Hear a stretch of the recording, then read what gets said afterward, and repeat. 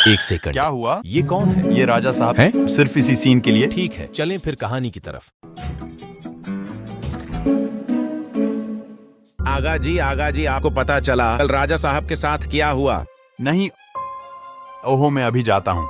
राजा साहब ये मैं क्या सुन रहा हूँ? दुरुस्त सुन रहे हैं। हुआ क्या? बस कुछ दोस्तों में बैठा हुआ था, गपशप लग रही थी। यकायक कोई बात छिड़ गई तो मुझसे पूछा गया। मैंने कह दिया ऐसा कहाँ हो सकता है कि कोई तीसरा बंदा आकर पहले दो पर हावी हो जाए। एक वो जिसकी हिमायत की जा रही हो और एक वो जिससे इख्तलाफ। मतलब दोनों ही इस तीसरे को, यानी जो अपने आप को अव्वल मानता है कि माता है, तो जो आ रहा है उसे ये भी पता नहीं कि शायद कल वो जा रहा हो, और जो जा रहा है उसे मालूम हो कि चाल कभी भी बदली जा सकती है। बस जो आता है उसके अजीज नवाजी जाते हैं और दूसरे खूब लताड़े जाते हैं। यूं नफरत का आगाज होता है। उसके बाद कभी कोई फिर कभी कोई बदी का बकरा बनाया जाता है। आखिर में बेहतरी के नाम पर सबको मफाहमत की नजर कर दिया जाता है। यूं एक चेन रिएक्शन शुरू होता है जो बुनियादों तक को खोखला कर देता है और आखिरकार सारा ढांचा ढाम करके गिर जाता है। ये बोला ही था कि सामने खड़े एक शख्स जो अब तक बहुत तहम्मुल से मेरी बात सुन रहे थे, बहुत प्यार से मेरे करीब आए, मुस्कुराए और कहने लगे साथ चले हमारे। मैं चूंकि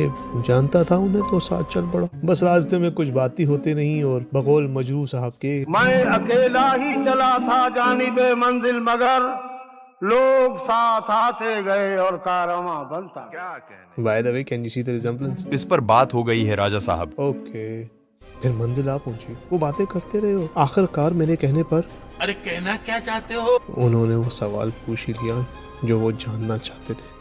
वो बात करते हुए इशारा किसकी तरफ था आपका? मैं खामोश हो गया। मेरा पसीना छूटने लगा। इन्हें क्या जवाब दूं ये समझ नहीं आ रहा था। उधर घड़ी की टिक टिक टिक टिक भी ढाम ढाम करके सुनाई देने लगी थी। इतनी हैबत कभी तारी ना हुई थी मुझ पर। फिर मैंने सच बोलने का सोच लिया। हिम्मत की लंबी सांस अंदर खींची और पीसीबी कह दिया। PCB, really?